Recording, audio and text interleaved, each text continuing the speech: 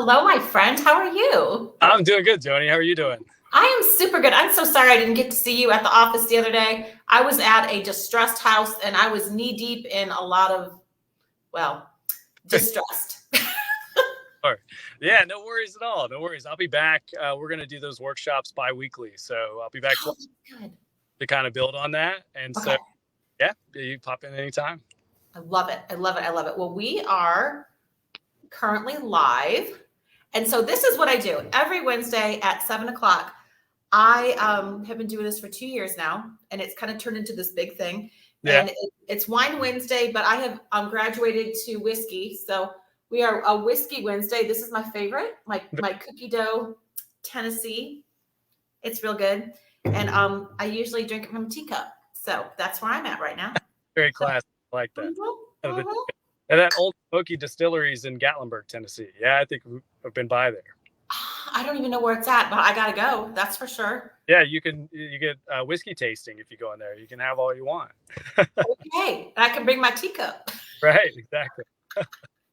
Awesome. Well, I've had so many people ask me about how I organize myself with my business. And you know that when I started this whole journey, I was real good at front of house and back of house. I had no idea. And finding you guys took my business to another level because I didn't have to worry anymore. I didn't have to worry about the back of house side and how do I manage my money and where does it go and how do I make it so that the tax man, when it comes to April, I don't have this huge vacuum feeling, Sure. And I have had so many new agents that are on a similar track that I was, get busy and get in production really quickly and then say, uh-oh, so I would really, really like to prevent people from going through pain and suffering. So Sure. that's why I was like, this is perfect to have you come on and just do real talk about what y'all do. And I see we have so when they ask questions, it'll run across the bottom and Okay. I'll kind of manage that. And then my admin is managing also. So it gets kind of fun on Wine Wednesday. I'm just going to prepare you. I'm ready for it. Yeah. Here's the background. We definitely get you guys in my schedule. I just left my gym over here in Marietta, so I'm in the truck. I'm here. I'm ready to answer any questions you have. And we just did a Run Your Business Like a Business class today down in KW in town. So all that information's right at the tip top of my head. That is awesome. So basically running your business like a business, you would think it would be intuitive when you get into real estate. But I think what happens is, you have the best intentions, but all of a sudden you start getting into production and, it's kind of like Atlas pushing that boulder up the hill. And then all of a sudden your business is taking on a whole new dimension that Right. you weren't necessarily prepared for as far as your business structure. And so I have people are sending me questions now, like, when is a good time to start? When should I call you? Is it when you make a certain amount of money? So let's just launch into the basics. When should someone call you guys? So I think even before that, if I may, Joni, as you're getting into the real estate field, it is, I think, imperative if you can get a jump start on your mindset from the beginning. Outside of, so here's the typical example like you listed. I'm starting real estate. I just got my license.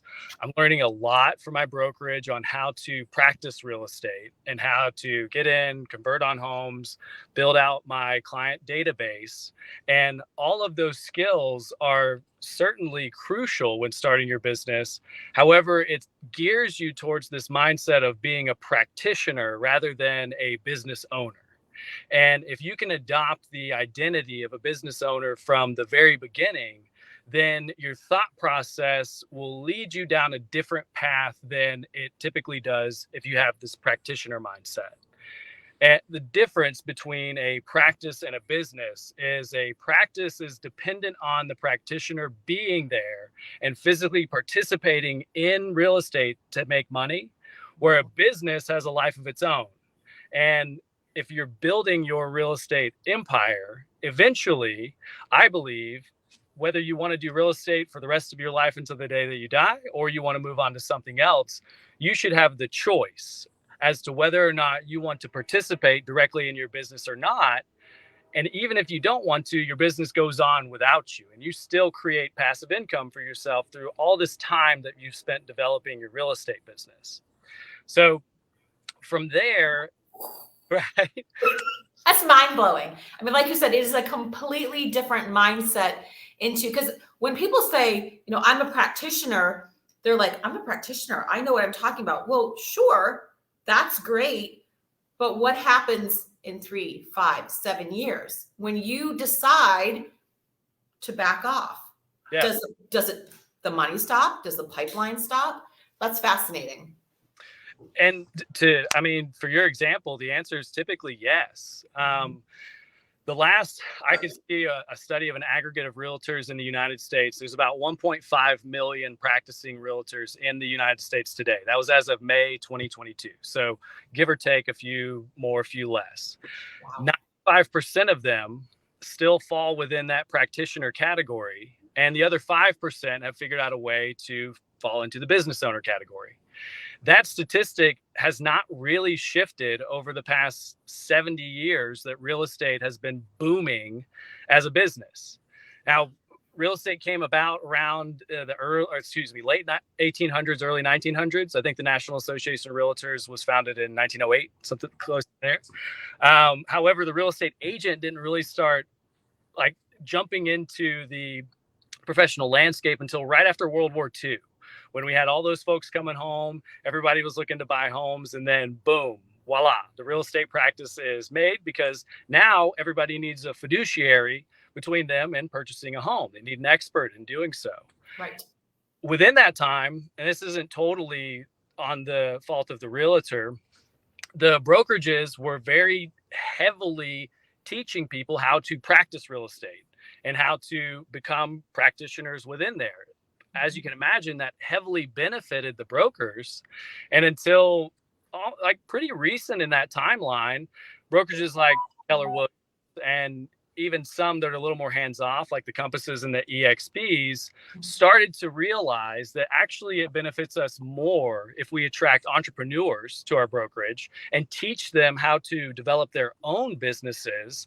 Because instead of having this ceiling or lifespan on the typical employee, we're now building businesses that last forever and can outlast whomever has put those together. And so that creates a vehicle for you, specifically the business owner, to fulfill whatever life you want to live. But also it's a win-win for you and the brokerage, because they continue to pull money off of there as well. Exactly. And that creates a longevity in the brokerage too, because a lot of times the problem that brokerages have is it becomes a revolving door because of fatigue, because of burnout, because 3%, 3% until you stop. Unless you're creating passive income with your business or branching out into becoming, being a landlord creator and doing all those entrepreneurial things, it is finite. So I love what you're saying. Agreed. So mindset would be, I would say, the first step. And there's several ways to go about acquiring that. Mm-hmm. There's lots of great literature out there that I would suggest you just kind of inundate yourself with until you find something that speaks to you. I know the Barnes & Noble that's out off of Barrett Parkway in Kennesaw. If you walk through the door, take a left and go straight back, that is the business section. Mm-hmm. And they have a litany of books to choose from. Some that I would recommend would be Think and Grow Rich by Napoleon Hill. That's a timeless book. It not only speaks to how you can think and grow rich financially, but also in other aspects of your life. Another one would be Cash Flow Quadrants by Robert Kiyosaki. That book, he just has a really awesome way of conveying different personalities within the professional field. Yes. And not to say that you have to fall within the business owner quadrant. So there's 4 quadrants in that book. It's employee, self-employed, business owner, and investor. However, he gives you enough information to where you can decide where you are now and where you do want to go. Right. And then, of course, and these are books that we require new hires at our company to read just to get in the same wavelength as you guys. The first one being The Millionaire Real Estate Agent. And MREA. Yes. right. And the second one being Your One Thing, Gary Keller, both books. Both books. Absolutely. So I would start there. Another great way that I was able to gain insight on being a successful small business owner is to find local businesses around you, and things like not just successful local businesses, but businesses that you've been to that you enjoyed the experience. You went in and you're like, I'm definitely coming back here. Seek out those business owners and ask them out for a cup of coffee. I mean, we do this all the time, right? As realtors, you guys know everybody. And so this breaking the ice should be fairly easy. And I'll tell you the way that I did it. I found a place that I liked, looked up the owner, found the number, called him and said, hey, I just am reaching out. I was Googling successful business owners in the Marietta area, and your name kept coming up. Can you and I grab some coffee? Yeah. And who doesn't love to hear that about Thank themselves? you. I mean, no one's going to say no to that. You've complimented them and you're like, sure, let's go. Yeah. Exactly. And just hearing their stories, even though it's not the line of business that I was in whatsoever, it's all a similar journey on things that they've figured out, not only from a mindset point, but from an organizational standpoint, which is essentially what we're getting at here. How do you get yourself or your ducks in a row to set yourself up for this potential future growth so that you don't have to fall within the category that a lot of realtors fall in that I get really successful at selling homes. All of a sudden, holy crap, I have a business on my hands as opposed to this hobby that I was kind of working on for a little while. And now I don't know what to do with it. What do I do from a structure standpoint? What should I be paying attention to? If we adopt this business owner mindset from the very beginning, because that's exactly what all of you are. Every single one of you on this live right now, if you're a realtor, you are a business owner. Whether or not you knew that today or before, you are. So go ahead and embrace that. And from there, you're going to start asking the right questions. You're going to seek out the wise counsel that you need to point you in those directions. So once we've adopted mindset, I would say the next step, if you're brand new or if you already have a real estate practice, is to open up an LLC if you haven't already. So you need something separate from you. And that's essentially what you're doing with the LLC is it's part of that mindset. It complements that you are now creating an entity separate from you that has its own needs. Because I know that if I'm thinking about our company, Know Your Numbers, there's a litany of things that the company needs on a daily basis to run. There's a litany of things that our clients need. And so all those needs need to be met. For me personally, there's a litany of things that I need to be whole outside of the business. And so there's a finite amount of hours that I can contribute to that business. And so if I get to a point to where my max amount of hours has maxed out on the business side and I haven't separated those two mentally or even physically with the LLC, then I've already placed a ceiling on what my business is capable of doing. Absolutely. Conversely, if I look at that as something separate, I can now say, okay, this is how much I personally can contribute to that. But now the business needs these XYZ things. Instead of thinking that I'm the one that has to do it, I start thinking, how can I leverage my time and leverage this time that the business needs to have either someone else do that, bring on an employee, or hire out services that help me complete that. And that's how you start to make that great divide between you and now this thing that you're nurturing outside of you.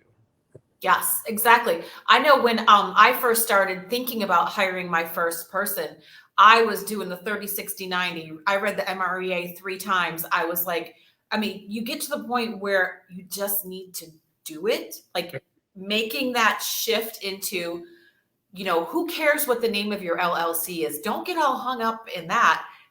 Just do it, and then once you take that one tiny step, it's so much easier to just keep going because you've already turned the corner. Absolutely. 1,000%. Right. Yeah. And the LLC just gets the ball rolling for you because it opens up so many other opportunities from an organizational standpoint, probably most importantly, but also from a tax standpoint. You have a lot of other options with your business by that LLC. And I'll get into that in a minute. That's a little long-winded. Yeah. Well, all I can say, and everyone who's on here, we've got lots of questions popping in, knows that everyone knew that I had some serious tax things going on in my previous basically my first year as an agent. It was a nightmare. And then I found you guys and everything. I got my S corp going on. I've got payroll running. I've got my my chief executive officer, whatever salary. And now I'm like, yeah. Good, right? Yes. So Denise is asking, do you help to set up an LLC? Is that something y'all can help with? So we do help with that. And there's plenty of companies that also help with that too. But what I would say from a return on investment of your time and money, that it is very easy to log on to the Secretary of State's website and create an entity on your own. It'll cost you $100. That's it. Set that up. All it's going to ask you is information that you already know, personal information for you. If you don't have a physical office address that is not your brokerage, then the address that you put on your LLC will be your home address. And from there, it'll ask your information because you're going to be the officer of the LLC. You submit the company name, and then they get back to you and let you know if that name's taken or not. That would be the only hang up you would run into, and you just change the name a little bit and they get back to you. So absolutely. And my first mistake is I went through one of those companies that said, we'll do this for you. Well, then you're on the hook with them because then you have to pay them every time you want to renew. Absolutely. Yeah. So don't do that. Don't do what I did. No, and anytime you want to make any changes to it, or you want to make elections like an S corp election, you are. And those companies, while they value their time at whatever that is, it typically comes out to be much more expensive than $100. It's $500 to $600 on average. I've seen. Yes, exactly. Yeah. So I would save yourself some money. Log on to the Secretary of State website. It takes about 15 minutes. Knock it out. Yeah. And then once you get that LLC, all you have to do is get an EIN, and then you're cooking with gas. You are cooking with gas. You're right. And that is an important second step because it doesn't come with the LLC whenever you register for it. It's a separate step that you take. That also takes about 15 minutes. You log on to the IRS website, request an EIN for your LLC's name. They'll send it to you. And an EIN, for those that we might be speaking Greek to, is just like a social security number for your business. It's so that they can identify your business by this number as opposed to identifying it by your social security number.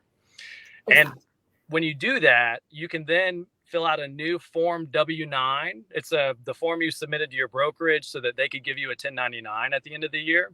And you'll fill it out with your new business name, and you'll put your EIN on there instead of your social security number. And then your business will start receiving the commission checks that you get as opposed to yourself. Yes, exactly. And I think that was one of the more complicated parts is you were doing business so long in your name. And you're like, well, I want to keep doing business in my name. I worked for that. But the mindset shift is this is just how you get paid. You can still be out there as Joni Bates sells or Denise Vargas sells, however you want to do it. It's the behind the stuff that now you become an employee of, for me, it's JB & Co. Yeah. So I write my checks and everything from my business. And that was personally hard for me to get my head around. I mean, I even had to call you guys and say, I need to take a distribution. How do I sign the check? Yeah. And you guys are like, sign it as a human being. I'm like, but it's easy to get hung up on those little steps sometimes, right? Yeah, because absolutely. Doing this. Absolutely. And I think it's important to go through that process so you gain confidence throughout it as well, right? Because all this is new. We talked about the brokerages doing the agents a disservice a little bit and not educating them on how to be business owners. But let's be real. There's a financial literacy crisis in our nation as a whole. We don't learn how to be financially literate in our elementary schools, our middle schools, or our high schools. And unless you take specific classes in like your undergraduate or graduate degree in college, you don't have a background in that. So where are you supposed to get the information? And we are in the information age, right? So everything is at our fingertips. But to your point, Joni, it's very easy to get overwhelmed with all the information that's out there. Because if you type up, how do I set up an LLC online? you're going to get 1,000 choices of which way you could go with that. So it does help to have somebody come in and say, hey, this is the best way. This is what we found, right? And this is okay for you to sign that check to yourself for the distribution. Yes, do it. Yes. And it makes you feel like, okay, you know what? Actually, I can do this. And if I'm making decisions, I know I'm making the right ones. And if I don't, I at least have somebody to check in with. Yeah, I've got someone that I was texting y'all probably every other day when my business was really plugging along and I needed to take distributions to bring on employee and do all my different things. And you were there. And now that has tapered off because I learned, I don't need to have that support as much, but every single time someone was always there to answer my questions. And I think that's the part that makes you guys different, is you absolutely get it. You understand the newness about this. And also there's a little bit of fear behind it because we're talking about money. We're talking about having different accounts and being responsible to other people, not just yourself. That's a huge responsibility when you know that you're paying someone to work for you, and you guys make it easy. Well, I appreciate that, Joni. I do. And you're right, though. You are. I mean, you're a business owner, right? And so you start to accept that responsibility as your company grows. And there's something to be proud of whenever you get to that step. It is a little scary, but in my experience, anytime I'm about to do something that I feel like I'm a little weary of or a little nervous, I try to lean into that because I know there's going to be some growth on the other side of that action, whatever that is. Yeah. And if I fall flat on my face, that actually gives me more information than if I succeed, So either way, I'm going to win. Yeah. Fail forward really fast. And you always get up and you always learn something. I love that so much. So I know that we have questions coming in, and I just want to let everyone know that Jake and his entire company are available to you. And we're talking broad strokes here in this podcast. So someone's got a question about, should I do an LLC if I'm going to be joining a team? I'm going to answer that for you. The answer is yes, because it's your money. Even though where it's coming from, you still need to manage your money. Yeah, I totally agree. It's never too soon. And I think I saw a question come up right before that, is that do you have to have any money in the business to maintain your LLC or keep it open? If the answer is yes and no. Like, the LLC doesn't necessarily have to make any income each year to remain open, but there is a fee each year to renew your LLC. It's $50, so half off from what it costs to set it up, and you just pay that fee every year. If you have business or not, your LLC stays open.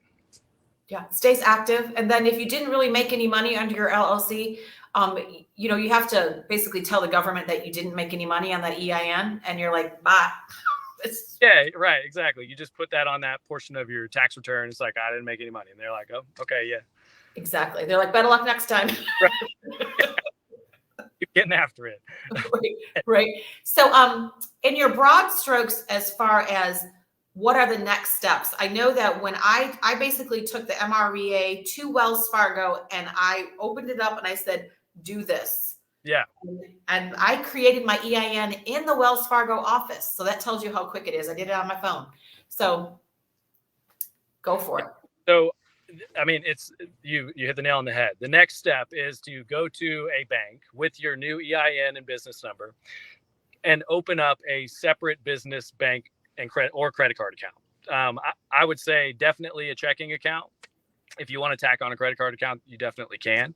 The model that we teach in the Run Your Business Like a Business is a 3-account approach on the business end and a 4-account approach on the personal side. So 7 total accounts.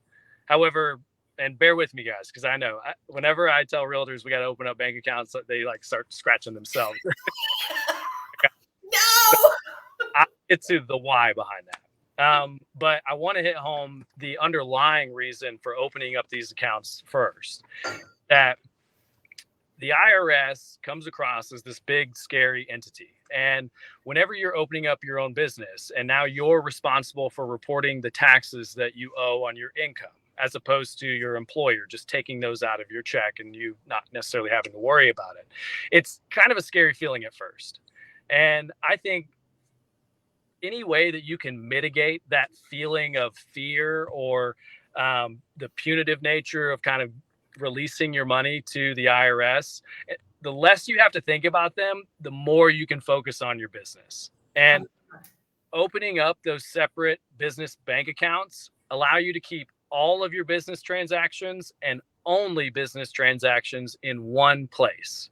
So everything that you run through your business should go through those accounts, and only things that are for your business should go through those accounts.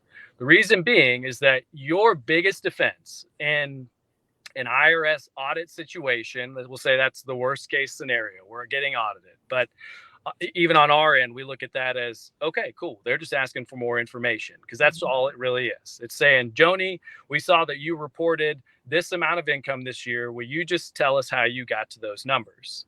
Right. Well, if all the information from an expense standpoint is in that bank account, you don't have to look anywhere else. Your bank statement matches a profit and loss report that matches your tax return. You take all three of those sets of documents and you put them on the table with the auditor. And I'll tell you that your chances of getting audited are about 1 in 200. It's like spinning a roulette wheel, right? So we have over 200 clients. So we have to assume every year that at least one of them is going to get audited. And the audit situations that we've been a part of, at least me personally, every single one of them has gone almost exactly the same way. We grab all the information that we have, the P&Ls matching the bank tax return, we place it on the desk, and the auditor says, in their own words, this is the most organized presentation I have ever seen in all of my years of auditing. Thank you very much. They may have a question or two, but it all ends the same way. It's a stamp and get it off my desk. You can have a nice day. Next. Right. Because the reality on their end is they have 80 other people that they're trying to get through. And the easier you can make it on them to conduct the audit, the easier they're going to make it on you. So keeping everything in those separate business bank accounts is the very best thing that you can do as a business owner, because that what you're doing is telling the IRS that you are a business person. You're organized. Everything that's on there is a business expense, as opposed to, well, yeah, I go to Costco for my open houses, but I also go there to get my groceries sometimes. So I'll just highlight that and put it in my tax return. And then when we get to if we have to go to the audit, I'll be able to explain it. You're discrediting your credibility as a business owner by having to explain that in a situation like that. So why even chance it? It's an easy step to keep everything in there, and you're home free for the most part. Yeah, and you guys taught me, because I call it back of house. I am really good at selling real estate. I am really good at front of house. I can do that all day long. The back of house, you guys taught me to use a completely separate bank.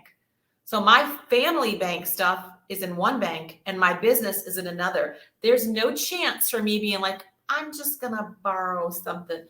Yeah. Yeah. Nope. Can't do it. That's perfect, Joni. And that with that 7 account kind of suggestion that I mentioned in the beginning, that's exactly what we would recommend. Your business bank is a separate bank from your personal bank, so that the transfer is just like that much harder, right? It's not that it's impossible, because you can write a check nowadays and capture a shot on your phone and it goes directly into the account. But the fact that you have to physically write that check and put a reason for that transfer gives you a moment of pause to understand the intentionality behind the money going where it is, as opposed to it being just so quick. I can just send here, it's in there, right? And I think that as real estate agents, we have our busy times. And when we get so busy, we think we're going to remember everything. We think, oh yeah, I'm just going to do this real quick and don't worry about it. And I'm going to go back and fix it. And I've got the receipt. It's in the back of your car with all the other sticky stuff. Like, you're not going to remember that thing. So don't do it. Just don't do it. Yeah. Just make it so you don't have to, right? It's all in the same spot. And that way it's automated, as opposed to being put in some sort of memory box to where your expenses are in the same place. And the transfer that you're speaking of, that is a distribution that you would take if you had the S Corp election as an LLC. I know a lot of this is kind of getting into the Greek again. But that number is an important number to find out as well. And the only way that you're going to be able to get down to that is if you separate your business funds from your personal funds. Absolutely. Yes. Someone said we got disconnected. I don't see that we got disconnected. So we're just going to keep going. I don't see a glitch. You still there? Yes. Okay. Yeah, I think we're fine there. Well, and honestly, when you talk about having so many accounts, let's go through those accounts and just do kind of a brief description of what those are. And I got to tell you, when I first opened all those accounts, it kind of freaked me out. Yeah. But basically, it's like having a bucket at the top with your operations, and then you let it flow through. Exactly. To your reserve, your bonus, however you want to do it. So I'll let the expert go ahead. No, that's a great analogy. It is. So we'd recommend 3 business bank accounts. The first account is, we're going to call it your capital account. That's the account that all of your commissions and all your real estate income comes into to start. So that's our big piggy bank. Mm-hmm. The other 2 accounts are your business reserve and your operating account. The reason the operating account is separate from the capital account is because the operating expenses, we want them to be as fixed as they possibly can be on a month-by-month basis. And by fixed, I mean they're stagnant. They don't change. And if they do, it's because it's intentional, but now we have a new fixed number, right? So, for example, let's say we had a really good month and we have $50,000 that are coming into that capital account. It all comes in. We set a goal for the reserve to be $25,000. However, we didn't want to fund that right away. So $5,000 a month is going to the reserve until it's full. So of the 50, we're going to take $5,000 and send it over to the reserve account. We know that our operating expenses, will say that those are $20,000 a month. So we transfer $20,000 to the operating account, and that should go to zero each month because we know exactly how much that's going to be. If it doesn't, and if it goes below, then that kind of tips you off a little bit. You're like, wait a minute, something's going on from an expense standpoint. Let me pull out my P&L and let me see if there's any new charges in there, or if somebody's maybe raised the price for their service. And because that does happen, it happens over time, but it at least gives you the moment to say, do I want to continue using this as part of my business? Is it worth it? Is it something that we have to have? Or do I want to look for something else? So it gives you a lot of information just by having that fixed number. Absolutely. What's left over in the capital account is what's going to fund your personal accounts. There's 4 accounts in there. Okay. So imagine the 3 accounts on top. There's a big funnel up top where all your real estate income's coming in. And then you have 4 accounts right underneath. These are your personal accounts. There's a big bold line in between the business and personal accounts because they're different banks. It's a hard barrier to get through. The best practices that we've seen work, and this isn't something that you have to do forever, but it's a good way to instill the habit, is to write a check to fund each one of those 4 personal accounts from your capital account separately. Okay.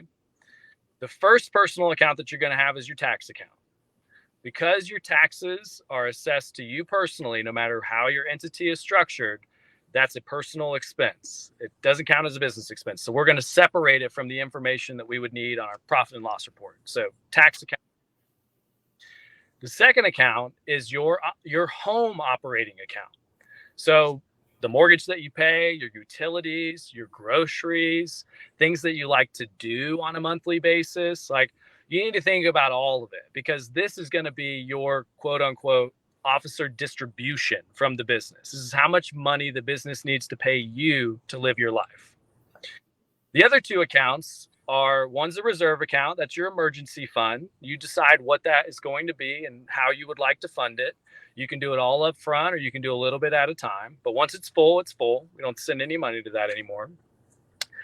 The 4th account is it's kind of a multi-purpose account. So I call it a savings account just to keep it simplistic, but you could refer to it as a wealth building account if you want, because this is money for things that we want to do later, whether it's take a lavish vacation or it is invest in homes or investment properties or things like that. And that's going to be a goal number that you set within that account as well. I think the easiest way to fund those is to set a goal for either 1 year, 2 years, however long you feel like it's going to take you or how long you're comfortable for it to take to fill that. Divide the amount by that number, and then that's how much you're going to send to that account each month. And then by the time you get to that 1 to 2 year timeline, the account's funded. It's there. You've hit your goal. Okay. And like I said, there's a science behind it. The more that we can think less about that and have it function on its own, the more we can be doing what we're really good at. And going out there and changing people's lives, making relationships, and kind of doing your mission, instead of like wallowing in behind going, oh my God, that doesn't serve anybody. It just gives you a migraine. No, you're absolutely right. And the automation comes in finding out what those numbers are, right? Yes. You can schedule transfers within your business bank account to have it pull on its own monthly, and you can pick the date for that to happen. On your calendar, you'll want to write the date that you're going to send the checks to your personal account. For your taxes, there's something called an EFTPS system. It is an electronic filing and tax payment system. That's it. And if you plug that bank account into that system, they'll automatically draft however much you want them to draft on a monthly, weekly. You can set the frequency, and you can change it at any time too, to where your taxes are being remitted for you as well. You don't even have to think about that. So that's what we're after, Joni. You hit the nail on the head again. Automation. So just like any habit, there's a little bit of a barrier of entry. It's going to feel a little hard at first, just because that's the way our brains work. If we're comfortable and we're being fed and we have everything that we need, if we start to make changes to the way that our life operates or the way that we're kind of approaching things, our brain has a little bit of resistance to that at first. It's like, why are we creating new neural pathways when we're doing fine? Why are you doing that? Yeah. And there's usually fear around that. There's usually some sort of apprehension about something going wrong. Why rock the boat? We good. Like, let's not get crazy now, Joni. I mean, yes, yeah. You were doing great with just a few credit cards. Come on. Yeah, and it's a very natural response. Your body almost elicits that response to keep you safe, because that's the whole the whole point of the brain is to keep you safe, right? And so whenever you start making changes within there, it's like, wait a minute, I don't know what we're doing. We're good right now. However, whenever you build that positive feedback loop within your neural pathway, and then also just like from a psychological standpoint, from positive reinforcement from doing it, it becomes really easy and automatic. And then once it's habituated, it's automated. The process is automated, and you'll be writing those checks and transferring those funds while you're closing a deal, because you don't have to think about it anymore. Yeah. And the beautiful part is when you get to the point where you can just go onto your app on your phone, on your bank, and you instantly know your P&L, because your capital account, your operating account, and you see where it's at, you know the data. Okay, so I'm doing good. Or pause, what's happening here? It's instant, as opposed to before, when you had highlighters and stickers and God knows what, and you still didn't know what was happening. Right. You're absolutely right. It gives you a 30,000-foot view of your business in the palm of your hand anytime you want it. Absolutely. So when something that I did recently is switch to an S Corp. Can you talk about that real quick? Yes. Okay. So bear with me, guys. So we're going to get into a few. This is kind of the weeds, but this is important. If you're going to make over $60,000, and everyone on here is going to, this is important. Yes. And Joni's alluding to $60,000 in profit. So that after revenue minus your expenses, your profit line would be at $60,000. An S corporation, first of all, is not possible unless you have an LLC first. So got to get that box checked first. Mm-hmm. But an S corp election is you telling the IRS that your LLC wants to report your business income as a pass-through entity. What that means is, instead of filing your business return and your personal return all in the same packet of paper, you're saying, I want a separate return for my business and then a separate return for my personal side. On the business return, it's very simple. It's the same equation that we just said. You're going to calculate your real estate revenue. You're going to subtract out all of the business expenses that you incurred that year. And then what's left over is your profit. The profit is called a flow through entity, right? So hang in that word. The profit is then going to then flow over to your personal return. And that's where it will be assessed with all of your other income sources. If you're married, it'll be your spouse's income. If you have rental properties, it'll have your investment income on there. But it just gets thrown into the pot to be taxed altogether. The benefit of an S Corp is that back in the day, I think it was around the 1950s, there was only two ways you could file taxes as a business. It was via a Schedule C tax return, which I'm sure a lot of you file your taxes that way now, or as a C corporation. For both of those companies, there's a tax for being self-employed on your profits. That's a fixed amount. They bump the number up every year, but it's up to about $170,000 in profit now. The fixed amount is 15.3%. That's assessed to your total profits, no matter what, if you file as a Schedule C. If you file as a C corporation, the problem was that C corporations issue dividends to their shareholders.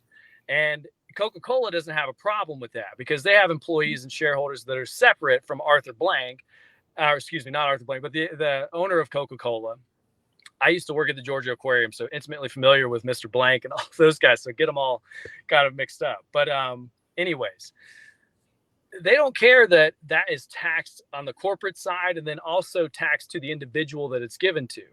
But if those two things are one and the same, i.e. a realtor, you're the business owner and the person getting paid, we run into a problem of double taxation. So yeah, it's taxed at the business level and the personal level. So the IRS said, okay, you know what? We're going to throw entrepreneurs a bone and we're going to create what's called an S corporation, and it's going to behave as a pass-through entity.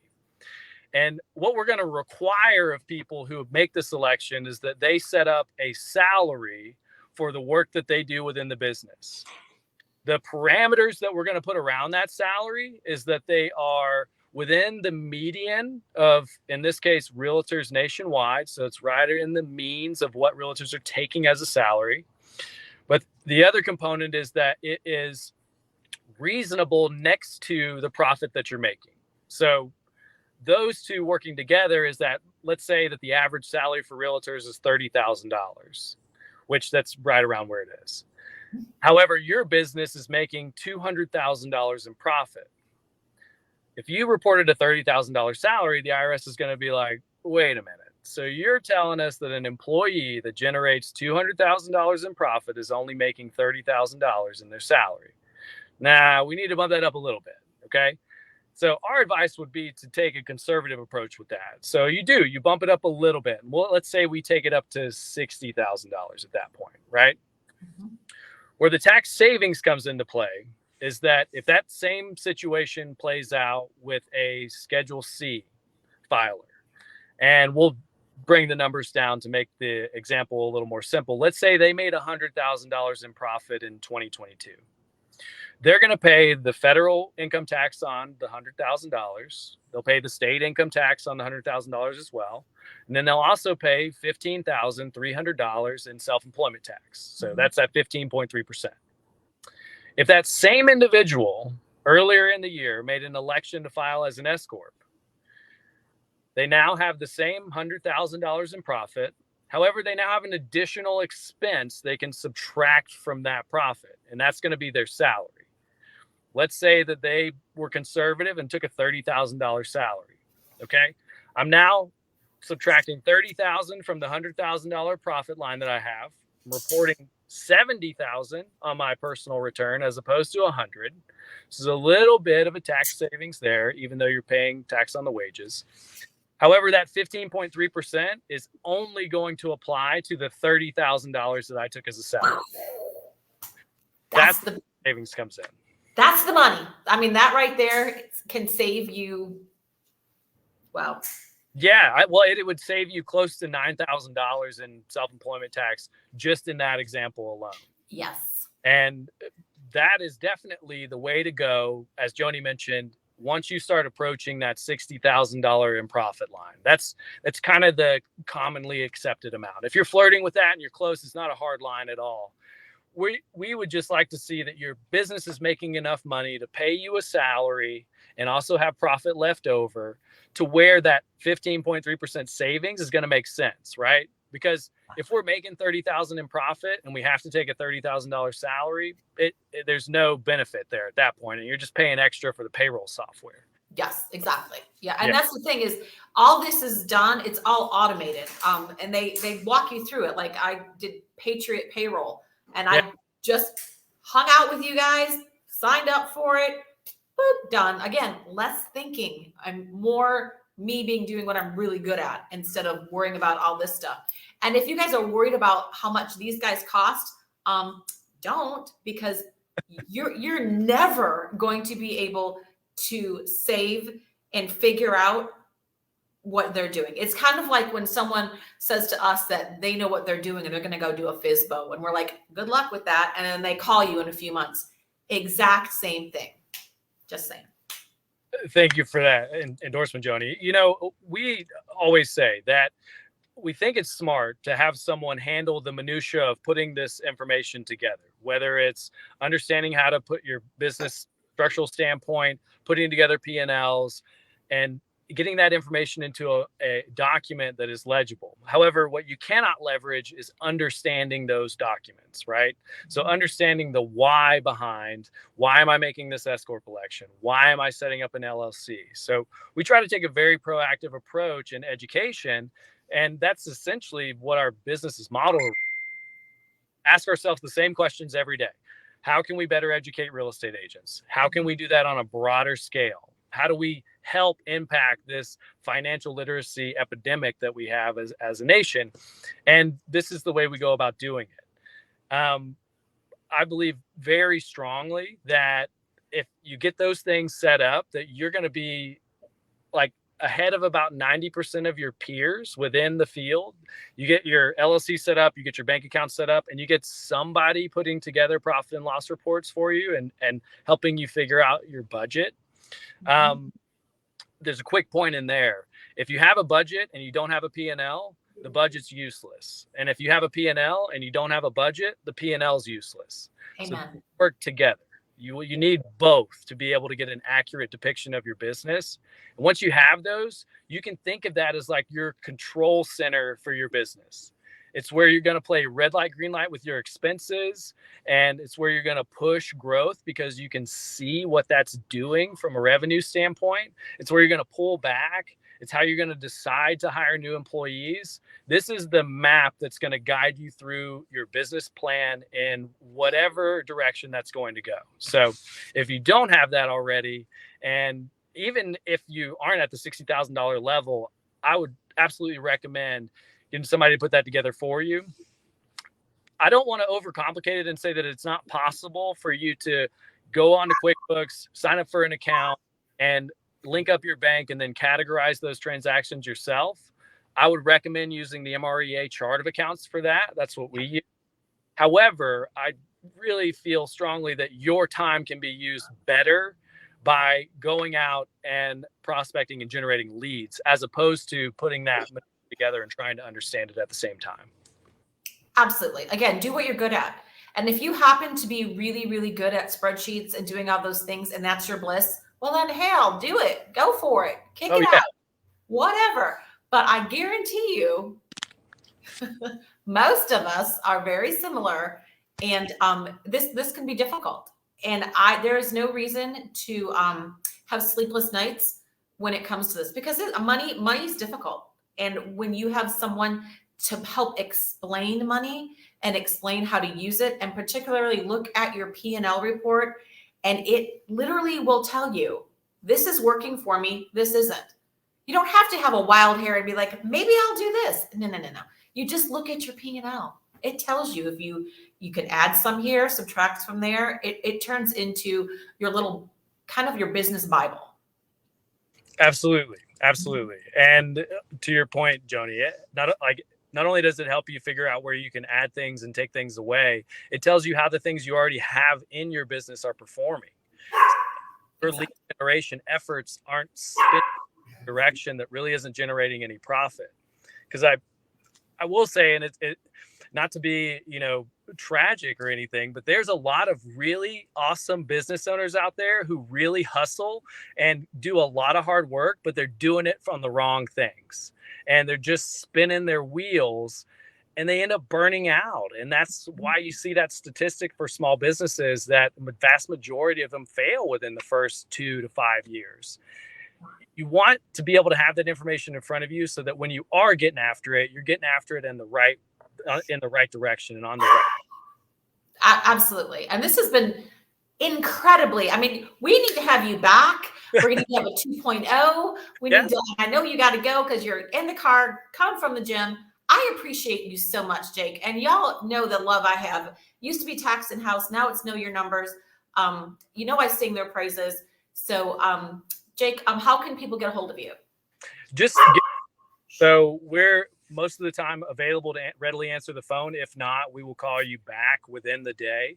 So the phone number is 404-537-3000. Sorry, Harlow gets a little anxious when he's not close enough to his mama. No problem. Yeah. Again, that number is 404-537-3000. Or you can email us at reports@taxinhouse.com.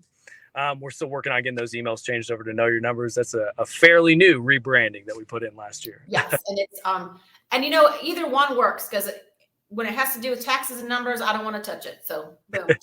Fair enough. Boom. Thank you, and everyone on here is giving you claps and applause and hearts. So I appreciate your time so much. Oh no, thanks for having me, Joni. It was a pleasure. Definitely, let's do it again soon. I love it. Take care, guys. All right, see you guys next week. Bye-bye.